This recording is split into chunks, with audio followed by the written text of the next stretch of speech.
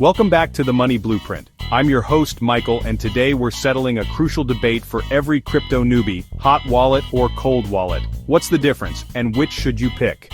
By the end of this video, you'll understand what each wallet does, why they matter, see the top 10 solutions for 2025, and get my beginner recommendation, including my top hot wallet pick for beginners.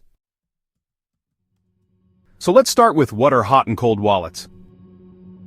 What are they used for and why are they so important?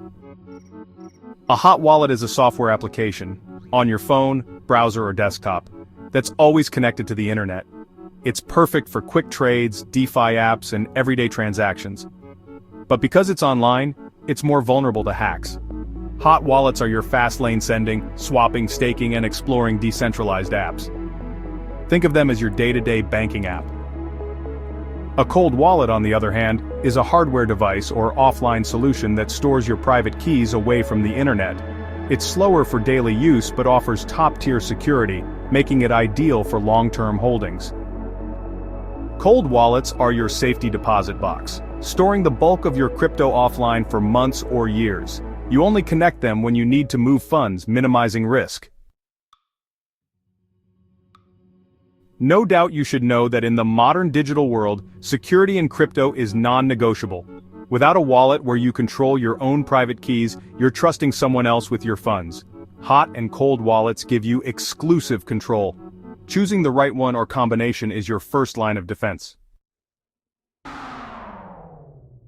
Now let's dive deeper into the top 11 hot wallets for 2025. For each one, I'll walk you through 3 key pros and 3 important cons. No fluff, just facts.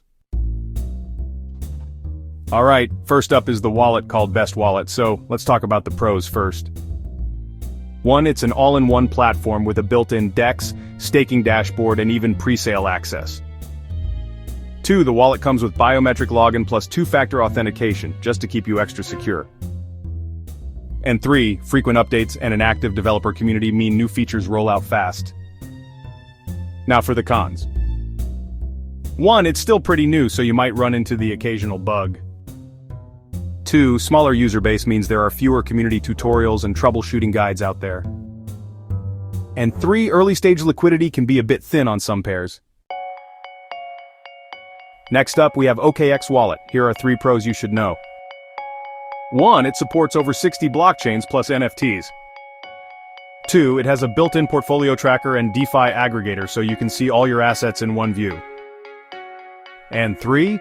It allows fast, low-slippage in-app swaps, which basically means you can exchange one cryptocurrency for another right inside the wallet app almost instantly, and at nearly the displayed price because the delay is smaller. Now let's look at the cons. 1. The interface is packed with features, which honestly can overwhelm new users. 2. You need an OKX account and KYC, that's short for Know Your Customer, to unlock its full potential. KYC is just a form of ID verification used by financial platforms. And 3. Its centralized exchange backing may raise privacy flags for some folks.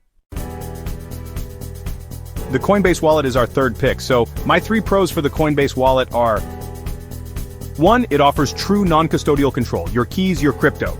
You have full control. 2. It has seamless integration with the Coinbase exchange for instant fiat on-ramps, which simply means you can buy cryptocurrency with regular money like pounds or dollars right inside the app with no waiting around.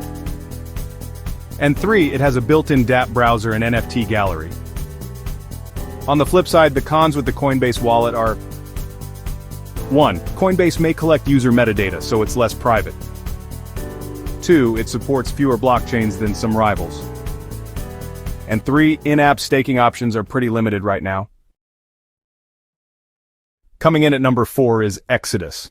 My 3 pros for the Exodus wallet are as follows. It has gorgeous, super intuitive desktop and mobile apps. Second, there's a built-in exchange and live portfolio charts. And third, there's a 24/7 live chat support, which is perfect for beginners. Now the cons with Exodus Wallet are that, firstly, it's closed source, so you can't audit the code yourself. Second, there's no native 2-factor authentication, which means there is no additional security beyond your password, although this may change in time. And third, swap fees are higher than the market rate. At number 5, we have SafePal. My 3 pros for the SafePal wallet are: firstly, the mobile app pairs with an optional hardware device for extra security. Second, cross-chain swaps have low fees. And third, it has an integrated DEX browser in the app. The cons with the SafePal wallet are that, firstly, the app can lag when you manage many assets. Second, adding the hardware device bumps up the total cost. And third, a smaller team means slower bug fixes. Number 6 on my list is Zengo. My 3 pros for the Zengo wallet are: first, there's no seed phrase. It uses multi-party computation, or MPC, to secure your keys, which means this wallet doesn't generate one long 12-word or 24-word recovery phrase. Instead, it breaks your private key into multiple pieces and stores them across different places. For example, your device, the wallet's servers, and a backup. MPC wallets never recreate that full key in one spot. They use cryptography to have each party hold only a share of the key. When you need to sign a transaction, those parties run a secure protocol to combine their shares just long enough to approve the transaction, then they discard any reassembled key. Second, biometric and social recovery options make restoring easy. And third, the setup is super user-friendly, especially for non-techies. The cons with the Zengo wallet are that: first, it relies on Zengo's servers, making it less decentralized. Second, there are fewer DeFi integrations than MetaMask. In short, it still supports DeFi. You can interact with the same protocols, but it requires a bit more setup and manual steps compared to MetaMask's plug-and-play approach. And third, there have been the occasional connectivity hiccups on the mobile. Lucky number 7 on the list is the Trust Wallet. My 3 pros for the Trust Wallet are: first, it supports over 1 million tokens across dozens of chains. Second, it has a built-in dApp browser and staking for popular coins. And third, it offers a simple multilingual mobile interface. Now, the cons with Trust Wallet are that it's mobile only. There's no desktop client, although this could change in the future. 2, it's owned by Binance, so yeah, privacy concerns may arise.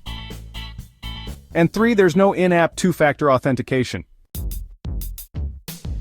Number 8 on my list is MetaMask. My 3 pros for the MetaMask wallet are: first, it sets the industry standard for Ethereum and EVM chains. Second, it gives you instant access to DeFi, NFTs, and custom networks. And third, it comes with a huge community and an extensive plugin ecosystem. Now, the cons with MetaMask wallet are that the gas fees on Ethereum can get very expensive.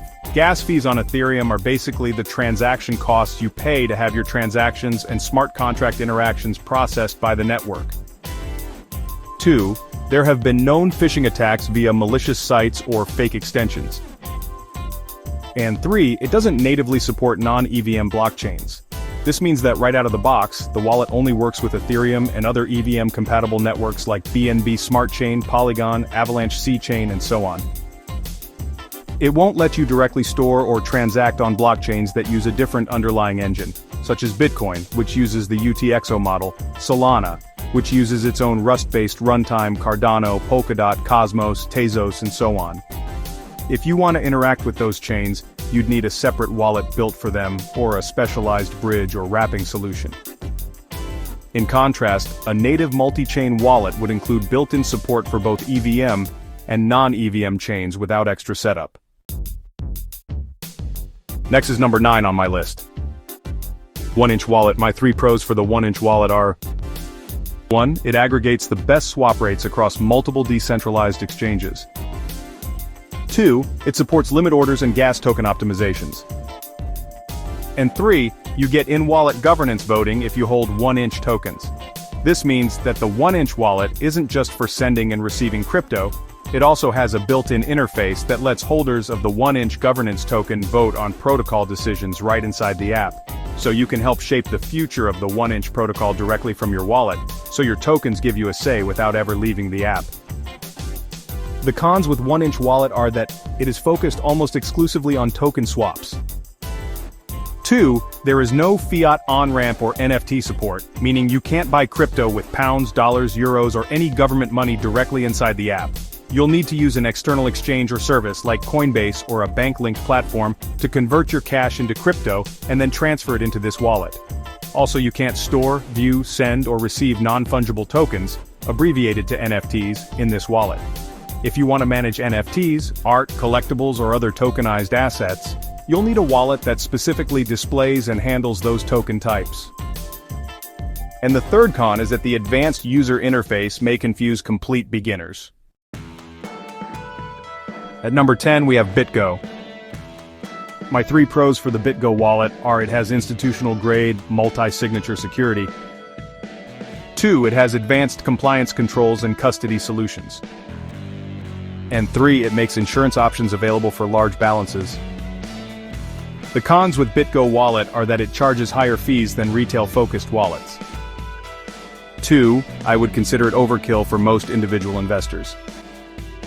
And 3, it comes with a strict know your customer and anti-money laundering process. Finally, the last wallet on my list is Electrum. My 3 pros for the Electrum wallet are that it's an ultra-lightweight, fast Bitcoin-only desktop wallet. 2, it has advanced features like coin control, custom fees, and Tor support. Just for clarity, a wallet with Tor support gives you a built-in digital invisibility cloak, boosting privacy, and helping you access crypto wherever you are. And 3, Electrum is a mature project with decades of updates. The cons with the Electrum wallet are that it only supports Bitcoin. There is no altcoin support. 2, it has what I would consider an outdated interface with a steep learning curve. And 3, there is no official mobile version or built-in swap. This means that you can't directly exchange one token for another inside the wallet itself. There's no integrated decentralized exchange or aggregator widget that finds you the best rates and handles the trade for you either. And to swap tokens, you must send your coins to an external exchange or a separate swapping service, perform the trade there, then send the new tokens back into your wallet. So, my recommendation for complete beginners is that Trust Wallet still takes the crown. It offers a clean mobile interface, built-in staking, and multi-chain support, so you can get started in under 5 minutes. However, if you're already on Coinbase, the Coinbase wallet is a close second for a seamless fiat integration. Now we come on to the rock-solid cold wallets you can trust with your long-term holdings. The first on my list is Ellipal Titan 2.0. My 3 pros for the Ellipal Titan 2.0 are that: firstly, it is 100% air-gapped, meaning no Wi-Fi, Bluetooth, USB, or NFC connections. 2, it has military-grade protection with a tamper-proof metal casing that prevents physical breaches. And 3, it supports over 40 blockchains including Bitcoin, Ethereum, and Binance Smart Chain. Now the cons with the Ellipal Titan 2.0 are that it is bulkier and heavier than most, so it's not as pocket-friendly as some of the other options. 2, transfers are via QR codes only because there's no plug-in USB connectivity. 3, it's battery-powered, so it does require charging, unlike non-electronic wallets. And 4, it has limited third-party integrations, namely fewer dApps compared to Ledger or Trezor. Number 2 on my list is Trezor Safe 5. My 3 pros for the Trezor Safe 5 are that firstly it has Tor browser support, which provides enhanced privacy for transactions. 2, it has built-in transaction mixing, which helps obscure transaction histories from prying eyes. 3, it has strong altcoin support, enabling it to work with over 1,000 assets. The cons with the Trezor Safe 5 are that its price point is higher than previous Trezor models, it's a premium version with extra features. 2, it has no Bluetooth or mobile connectivity, a USB cable is required. 3, it has fewer app integrations compared to Ledger. This means that some tokens require manual importing. And 4, it has a plastic casing, making it less durable than metal competitors like Ellipal Titan. Number 3 on the list is CipherRock X1. My 3 pros for the CipherRock X1 are that: 1, it is based on a decentralized multi-shard key storage, which removes single points of failure. 2, it has biometric authentication, meaning added security through fingerprint-secured access. And 3, it has a tamper-resistant build designed to prevent unauthorized modifications. The cons with the CypherRock X1 are that it has a more complex backup process that requires managing multiple security shards. This setup boosts security significantly, but is better suited for advanced users comfortable with managing multiple secure backups. 2. The CypherRock X1 has limited awareness and adoption, and a much smaller community support compared to the likes of Ledger or Trezor. 3. It is bulkier than traditional cold wallets, making it less convenient for travel.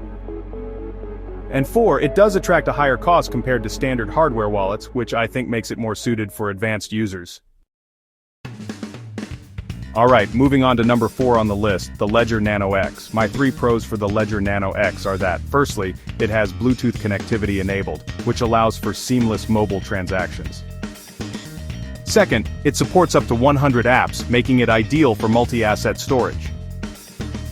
And third, it features a secure element chip, specifically EAL5+, which protects your private keys from exposure. Now the cons with the Ledger Nano X are that the Bluetooth can actually become an attack point for hackers, although honestly the risks are minimal. Second, it requires periodic firmware updates and has to be connected via USB-C for maintenance. And third, it can be expensive, and there are definitely cheaper alternatives available if you just need basic storage. Number 5 on the list is the Keystone 3 Pro. My 3 pros for the Keystone 3 Pro are that it has air-gapped QR code signing, meaning there are no external network connections. 2, it has a triple secure element architecture which provides an enhanced security model for key protection. And 3, it comes with a large 3.5-inch touchscreen which really simplifies transaction signing. The cons with the Keystone 3 Pro are that it does come with a premium price tag, making it costlier than most of its competitors. Second, it has no mobile connectivity and instead uses a USB or QR code-only transfer system. Third, it's large and bulky, so it's not as compact as, say, the Ledger Nano X. And fourth, it has limited staking and DeFi integrations and in fact, is not optimized for DeFi users. Basically, this means the wallet doesn't support or interact with many decentralized finance or DeFi applications, especially staking features. So, while it's great for storage if you want to earn rewards or interact with DeFi, you might need to connect it to external platforms or use a more DeFi-friendly wallet. Number 6 on the list is the Tangem wallet. My 3 pros for the Tangem wallet are that, firstly, the wallet is physically shaped and sized just like a standard credit card, making it thin, compact, and super easy to carry in a regular wallet, which also reduces the risk of theft. Second, the wallet requires no seed phrase because the private key is securely embedded. And third, the Tangem wallet doesn't require a battery, since it works via NFC with just a phone tap. The cons with the Tangem wallet are that it is limited to NFC-enabled devices. There's no USB or Bluetooth option available. Second, it does not support staking, NFT storage, or dApp browsing. Third, it only allows a single card per wallet and does not support multi-account functionality. And fourth, it has not yet been widely integrated, mainly because there are fewer partnerships with exchanges and DeFi protocols. Lucky number 7 on the list is the Ngrave Zero. My 3 pros for the Ngrave Zero are that firstly, it has EAL7 plus certified security, which is the highest available hardware protection. Second, it is fully air-gapped and never exposes private keys online. Third, it comes with a metal recovery plate included in the pack, which adds backup resilience. Now the cons with the Ngrave Zero are that it's one of the most expensive wallets on the market. Second, it's large and less portable than many cold wallets, making it not ideal for everyday travel. Third, the firmware updates are only available via QR codes and the process for installations is entirely manual. And fourth again, it's another wallet that has limited third-party integrations and a smaller ecosystem than the likes of Ledger or Trezor. Number 8 on the list is SafePal S1. My 3 pros for the SafePal S1 are that it has an affordable entry-level pricing, making it great for first-time cold wallet users. Second, it has air-gapped QR code security, meaning transactions stay offline. Third, it supports a microSD backup feature, providing additional recovery options. A fourth feature I should add is that it supports more than 20 blockchains, including Bitcoin, Ethereum, Binance Coin, and more.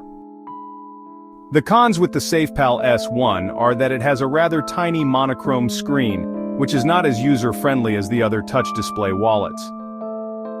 Second, it has no internal battery and must connect via QR scanning for transactions. Third, it's covered in a plastic casing, making it less durable than the metal alternatives. And fourth, it has what I would consider to be limited advanced security features compared to the more expensive models. Coming in at number 9 is the BitBox 02. So, my 3 pros for the BitBox 02 are that it is a compact USB-C stick design, which makes it discreet and pocket-friendly. Second, it comes complete with microSD card backups, offering encrypted offline storage without the need for paper backups. And third, the BitBox 02 has a touch slider for navigation that is, honestly, quite smooth and responsive in its controls. Now, the cons with the BitBox 02 are that it is limited to installing only 2 coin apps at once, mostly due to the space constraints. 2, it is USB only and strictly desktop-based, so it does not support Bluetooth or NFC. 3, the BitBox 02 has a small monochrome display screen, which really lags behind other touchscreen wallets. And finally 4, because of its smaller user base, it has fewer troubleshooting resources than the likes of Ledger or Trezor. Finally, number 10 on the list of cold wallets is the Ledger Stacks. My 3 pros for the Ledger Stacks are that, firstly, its touchscreen display supports e-ink design, which makes navigation pretty intuitive. E-ink design is the type of electronic display technology that mimics the appearance of ink on paper, kind of like what you see on a Kindle. Second, it has a rechargeable battery that lasts for weeks on a single charge. And third, it has a sleek modern design that makes it really aesthetically pleasing for crypto power users. Now, the cons with the Ledger Stacks are that it carries a rather high price tag. In fact, it's one of the most expensive wallets on the market. 2, it is rather large, making it less portable than the likes of the Nano X or the BitBox. 3, it is still what would be considered a new model, with firmware and integration still evolving. And 4, despite its high price tag, its limited stock availability means there are long wait times for shipping. I hope that the pros and cons helps you decide which one is best for you. From my experience, I would recommend the Ledger Nano X or SafePal S1 as the best for beginners because of their user-friendly setup and strong security. If privacy was your concern, I would recommend the Trezor Safe 5 or CipherRock X1, both packed with high-level security features including Tor support and decentralized key storage. If it is mobility that you are seeking, then I would recommend the Tangem Wallet or BitBox 02, both are compact with discreet designs. If however you want and need the highest level of security, nothing beats the Engrave 0 or Keystone 3 Pro, which have industry-leading encryption. So, which should you start with as a beginner? I recommend opening a hot wallet first, specifically Trust Wallet or the Coinbase wallet, because they are the easiest to install on your phone, simple to navigate, and you'll be ready to send or receive crypto in under 5 minutes. Once you've got some experience, and as your balance grows, move the majority of your funds into a cold wallet for maximum security. If you need any help choosing a wallet based on your specific use case, let me know in the comments. You'll find affiliate links to all these wallets in the description below. Choosing one supports the channel at no extra cost to you. In our next video, I'll walk you through step by step on how to set up your very first hot wallet, so make sure you hit subscribe and ring the bell for notifications. Thanks for tuning into the Money Blueprint. If you found this helpful, hit that like button, leave a comment with your wallet questions, and subscribe for simple, no-nonsense crypto guides. I'm your host, Michael. See you next time.